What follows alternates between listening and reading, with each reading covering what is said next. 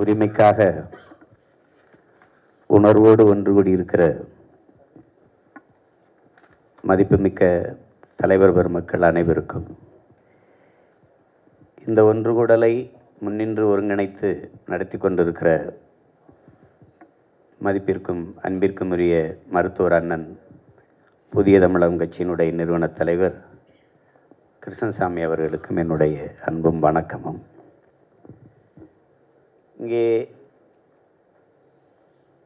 தொடக்க உரையிலே அண்ணன் கிருஷ்ணசாமி அவர்களும் முன்பு உரையாற்றிய ஐயா மதிப்பிற்குரிய ஐயா OS மணியன் அவர்களும் தெளிவாக விளக்கி கூறினார்கள்.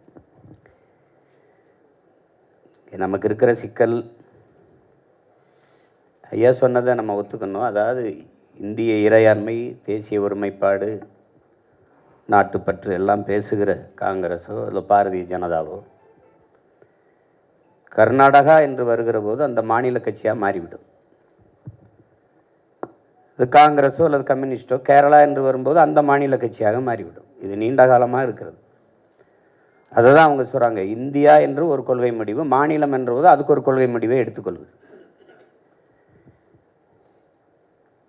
இப்போ பாரதிய ஜனதா எதிர்க்கட்சி என்றால் காங்கிரஸ் என்ன முடிவு எடுக்குதோ அதே முடிவோடு தான் ஒத்துப்போகும். ஒரு சொட்டு தண்ணீர் தமிழர்களுக்கு கொடுக்க முடியாது தமிழ்நாட்டுக்கு என்றால் அதே அவர்கள் ஆளும்போது அதான் நிலைமை. இப்போ நமக்கு என்ன பேரவலம் எதனால் நிகழுது அப்படின்னா, ஒரு சொட்டு தண்ணீர் கிடையாது அப்படின்னா உன்னோட கூட்டும் இல்லை, உனக்கு சீட்டும் இல்லைன்னு சொல்ல இங்கே ஒரு கட்சி இல்லை. பிரச்சனை அதுதான். அப்போ அவரோட கூட்டி அவன் தண்ணி தரலையோ, அவன் உரிமையை மறுக்கிறானோ, உரிமையை பறிக்கிறானோ, அவனோட கூட்டு வச்சு அவனுக்கு ஓட்டை போட்டு அவனுக்கு பதவியை கொடுத்தா அப்போ எப்படி இந்த மண்ணின் மக்களின் உரிமை பாதுகாக்கப்படுங்கிற கேள்வி நமக்கு எழணும். இது நீண்ட காலமாக நடக்குது, இன்றைக்கி நேற்று இல்லை. உங்களுக்கு தெரியும், மேயர் ஜெயலலிதா அவர்கள் இருக்கும்போது ஜெகதீஷ் சட்டர் பிரைம் மினிஸ்டர் ஆஃப் இந்தியா ஐயா மன்மோகன் சிங் அவர்கள் பிரதமராக இருக்கும்போது அவருக்கு முன்னாடி உட்காந்து பேசிட்டு இருக்கும்போது ஒரு மாநில முதலமைச்சரே நாட்டின் பிரதம அமைச்சரை அவமதிச்சுட்டு எந்திரிச்சு போயிட்டாப்புல ஜெகதீஷ் சட்டர். ஒரு சொட்டு தண்ணி தர முடியாதுன்ட்டு. அப்படி என்ன பேச்சுவார்த்தை மூலம் என்ன தீர்வு காண்றதுக்கு இருக்குது? அவர்கள் உங்களுக்கு ஒன்று சொல்கிறேன் பாருங்க, அணுக்கழிவை கோலார் தங்க வயலில் தோண்டி எடுக்கப்பட்ட அந்த குழியில் புதைக்கலாம், உள்ளே வச்சு மூடலாம். ஒரு கருத்து, மூடலாம்னு முடிவு எடுக்கலை, ஒரு கருத்தை முன்வைக்குது. அந்த கருத்துக்கு பாரதிய ஜனதா, காங்கிரஸ், மதச்சார்பற்ற ஜனதா தளம் இருக்கிற கட்சியெல்லாம் அவர்கள் கட்சி கொடியை கீழே வச்சுட்டாங்க. கர்நாடக மாநிலத்துக்குன்ற ஒரு கொடி இருக்குது, அந்த கொடியை எடுத்துக்கிட்டு மொத்த பேரும் தெருவில் இறங்கி நிற்கிறான். அதோட அந்த கருத்தையே செத்து போயிடுச்சு. இப்போ தமிழர்களுக்கு தண்ணி கொடுக்கக்கூடாது, மேகத்தாட்டில் அணை கட்டியே தீரணுங்கிற நிலைப்பாட்டில் காங்கிரஸும் ஒன்று தான், பாரதிய ஜனதாவும் ஒன்று தான், மதச்சார்பற்ற ஜனதாதளமும் ஒன்று தான். எல்லாம் ஒரே நிலைப்பாட்டில் நிற்பார். இப்போதுதான் இந்த ஒரு நம்பிக்கை வருது. இப்போ கூட்டியவர் யார் என்பது பிரச்சனை இல்லை, கூட்டுவதற்கான நோக்கம் என்ன என்பதுதான் முக்கியம். இது யார்? கிருஷ்ணசாமி யார் கூட்டுறதுக்கு? கிருஷ்ணசாமி அது இல்லை, மண்ணின் மக்களின் உரிமைக்கு எவன் நிற்கிறானோ, உணர்வோடு நிற்கிறவன்லாம் ஒன்றா நிற்கணும். நிற்பான் தமிழன் வந்தால் தான் பயப்படுவான். அவன் நமக்கு கொடுக்கக்கூடாதுன்னு நிற்கும்போது நீ கொடுத்தே திருன்னு, நீ கட்டவே கூடாதுன்னு நம்ம நிற்க முடியாது. உரைய வைக்கலைன்னா அது கஷ்டம். அதிகாரத்தில் இருக்கிறவங்களுக்கு அக்கறை இருக்குது, இல்லை அது இல்லை, நமக்கு இருக்குது. இப்போ ஐயா சொல்கிற மாதிரி வேளாண்மைக்கு மட்டும் இல்லை, குடிக்க தண்ணி இருக்காது. பருவநிலை ஆய்வாளர்கள் சொல்கிறத பார்த்தா இவ்வாண்டு பருவமழை பொய்க்கும் குறையுங்கிறாங்க. இப்போ வறட்சியை, பெரும் வெள்ளத்தை தாங்கிடலாம், வறட்சி எப்படி தாங்கி போகிறது? குடிக்க தண்ணி இல்லாமல் எப்படி போகிறது? இப்போ குறுவை சாகுபடி முடிஞ்சிருச்சு, இன்னி தண்ணி இல்லை, அதை மறந்துட வேண்டியதுதான். எல்லாத்தையும் ஆய்வு செய்கிறவரை அதை போய் ஆய்வு செய்யலை. இப்போ பிரச்சனை இங்கே. அப்போ நம்ம ஒன்றிணைந்த வலிமையான போராட்டங்களின் வாயிலாக தான் நமது உரிமையை நம்ம பாதுகாக்க முடியும். நமக்கு இருக்கிற சிக்கல் ஒரே ரேஷன் கார்டு, ஒரே கல்விக் கொள்கை, ஒரே தேர்தல் வருது, ஒரே வரி எல்லாம் இருக்குது. ஆனால் தண்ணி மட்டும் அந்தந்த மாநிலத்துக்கு. நம்முடைய வளங்களை எடுத்துக்கங்க, நெய்வேலி பழுப்பு நிலக்கரி எல்லாருக்கும், நரிமணம் பெட்ரோல் எல்லாருக்கும், மீத்தேன் ஈத்தேன் எல்லாருக்கும், அணு உலை மின்சாரம் எல்லாருக்கும், அடல் புனல் மின்சாரம் எல்லாருக்கும். ஆனால் அவர்களுடைய நீர்வளம் அவர்களுக்கே. இது எத்தனை காலத்துக்கு சகிக்கிறதுன்னு பாருங்க. இப்போ அதில் இப்போ எங்கள் அண்ணன் நம்ம கூட மதிப்பிற்குரிய நம்முடைய அண்ணன் ராதாகிருஷ்ணன் நம்மோட இருக்காங்க பாரதிய ஜனதாவில். இப்போ இந்த தமிழர்களுக்கான உரிய நீர் உரிமை பாதுகாக்கப்படணும்னு இருக்காங்க. ஆனால் அங்கே இருக்கிற பாரதிய ஜனதா என்ன முடிவெடுக்கும்? கர்நாடக மக்களின் நலனை தான் பேசும். அந்த மாநிலம் என்று வருகிற போது இந்திய இறையாண்மை ஒருமைப்பாடு பேசுகிற நாட்டு கட்சிகள் கர்நாடக மக்களின் நலனையே பேசும். அப்போ அருகில் இருக்கிற ஒரு தேசிய இன மக்களின் உரிமையை அற்ப தேர்தல் வெற்றிக்காக லாபத்திற்காக பறிகொடுக்க அவர்கள் தயாராக இருக்கிறார். இப்ப காங்கிரஸ் தண்ணி கொடுக்கணும்னா அடுத்த தேர்தலில் தோக்கும். பாரதிய ஜனதா கொடுக்கணும்னு பேசினா தோக்கும். அதனால அவன் அந்த தேர்தல் தோல்விக்காக பயந்துக்கிட்டு அந்த மண்ணின் மக்களின் உரிமைக்கு தான் நிற்பான். மற்றவர்களை பற்றி நம்ம கவலைப்படாது. நமக்கு இந்த மண்ணும் மக்களும் மக்களின் நலனும் உரிமையும் தான் முக்கியங்கிற போது நம்ம எல்லாம் ஒன்றிணைந்து நிற்க வேண்டியது இருக்கு. அப்போ ஒற்றை குரலாக எமது உரிமை அதுதான். இப்போ நீங்கள் உயிரை இழக்கலாம், உரிமையை இழக்கலாமான. உயிரை இழக்கிறது சீமான் இழக்கிறது அது தனிப்பட்ட இழப்பு. உரிமை இழப்பது ஒட்டுமொத்த தேசிய இனத்தின் உரிமைக்கான இழப்பாக ஆயிடுது. அதனால தான் உயிரினும் மேலானது எமது உரிமைங்கிற முழக்கத்தை நம்முடைய தலைவர் முன் வச்சாங்க. அப்போ அந்த நோக்கத்தில் நம்ம இந்த ஒருங்கிணைப்பை பாராட்டணும். இதை நம்ம மென்மேலும் கொண்டு போகணும். இப்போ அடுத்து எடுக்கிற போராட்டத்தை கூட அதில் குறிப்பிட்டிருக்காங்க. உண்ணாவிரதம் அதில் எனக்கு உடன்பாடு இல்லை. அது இன்னும் கொஞ்ச நாள் நம்ம எல்லாருமே உண்ணாம தான் இருக்க போகிறோம். இன்னும் தண்ணியும் இல்லை ஒன்றும் இல்லை. இப்போ அது விரதம்னு இருக்க வேண்டியதில்லை. அது பேரெழுச்சியான ஆர்ப்பாட்டம் அல்லது போராட்டமாக வைத்தால்தான் அது கவனம் பெறும். உண்ணாவிரதமாக இருந்தால் நம்ம உயிரை கொடுத்து போராடியே மதிப்பு ஒரு கவனம் இல்லை. செத்தே போனான் பல பேர், அதே திரும்பி பார்க்கல. பட்னி நடந்தால் இவன் பார்க்க போகிறான், இவங்களுக்கு வேறு வேலை இல்லைன்ட்டு போவான். அதனால் ஒரு பேரெழுச்சியான ஆர்ப்பாட்டத்தை செய்யணும். அது அப்போ நம்ம தொடர் பேரெழுச்சியான போராட்டங்களின் மூலம்தான் இதை நம்ம சட்ட போராட்டம் தனி, ஆனால் அரசியல் போராட்டத்தின் மூலமாக நம்ம வெல்லணும். அவன் எவ்வளவு உறுதியாக நிற்கிறானோ அதே மாதிரி நாம் நிற்கணும். அதான் முக்கியம். நம்மளோடு காங்கிரஸ் நிற்குதோ, அதிகாரத்தில் நிற்கிற கட்சிகள் நிற்குதோ இல்லையோ, ஆனால் நம்ம எல்லாம் கட்சி வச்சிருக்கிறது நாட்டுக்கு மக்களுக்கு தான். அப்போ நாட்டுக்கு மக்களுக்கு இருக்கிற உயிர் உரிமையாக இருக்கிறது நீர் உரிமை. அந்த உரிமைக்கு நம்ம எல்லாம் எல்லாத்தையும் தூக்கி போட்டு ஒன்றா நிற்க வேண்டியதுதான். அது ஒன்றும் கிடையாது இங்கே. அது அப்புறம் நமக்கு அது இல்லாமல் அப்புறம் வேறு என்ன பண்ண முடியும்? உரிமையை பறி கொடுத்துட்டு என்ன இருக்குது? இது காவிரிங்கிறது வெறும் எல்லாரும் சொல்கிறாங்க தஞ்சாவூருக்குன்னு. எங்கள் ஊர் ராமநாதஞ்சு குடிக்க தண்ணி இருக்காது.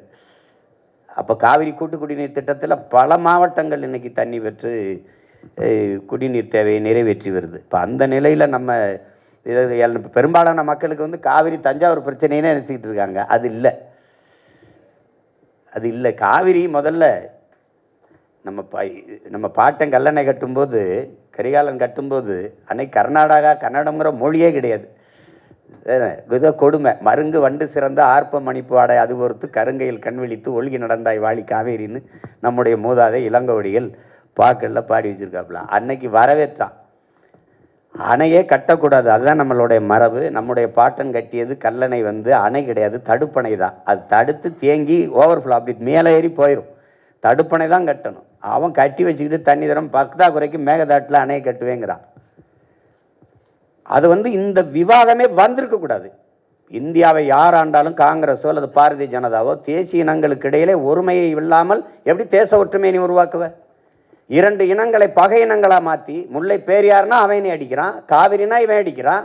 அப்போ எப்படி தேசிய இனங்களுக்குள்ளே ஒற்றுமை இல்லாத எப்படி தேச ஒற்றுமை நீ நிலையேற்றுவ? எப்படி உருவாக்குவ? நீ எப்படி உருவாக்குவ? உன் வளம் உன் நீர்வளம் உனக்குன்னா அப்போ என் நிலவளம் எனக்குன்னு என்னன்னா நாடு எங்கே ஒற்றுமையாக இருக்கும்? என்னுடைய நிலக்கரியில் வளம் எனக்கு. நீங்கள் யோசிச்சு பாருங்கள். நிலக்கரியில் 66 ஏக்கர் எடுத்திருக்கான். நான் நிலத்தை கொடுத்துருக்கேன். நான் வாழ்விடத்தை இழந்திருக்கேன், வெளியே போயிருக்கேன். நிலம் என்னது, வளம் என்னது?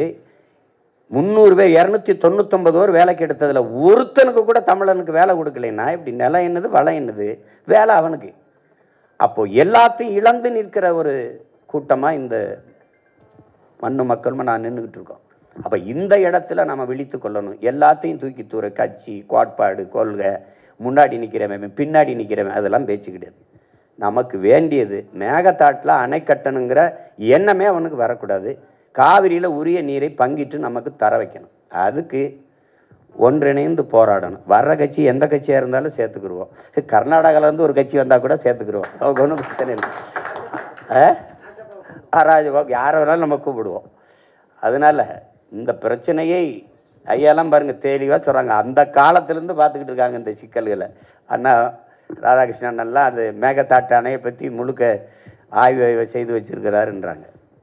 ஆனால் அண்ணன் எங்ககிட்ட சொல்கிற மாதிரி அவங்க கட்சி தலைமையிட்டையும் கொஞ்சம் சொல்லி, ஏப்பா எங்களுக்கு கொஞ்சம் தண்ணியை கொடுக்க சொல்லி விடுங்கப்பா, அணையை கட்டுறதுக்கு அவனுக்கு அனுமதியை கொடுக்காதப்பான்னு சொல்லிட்டா,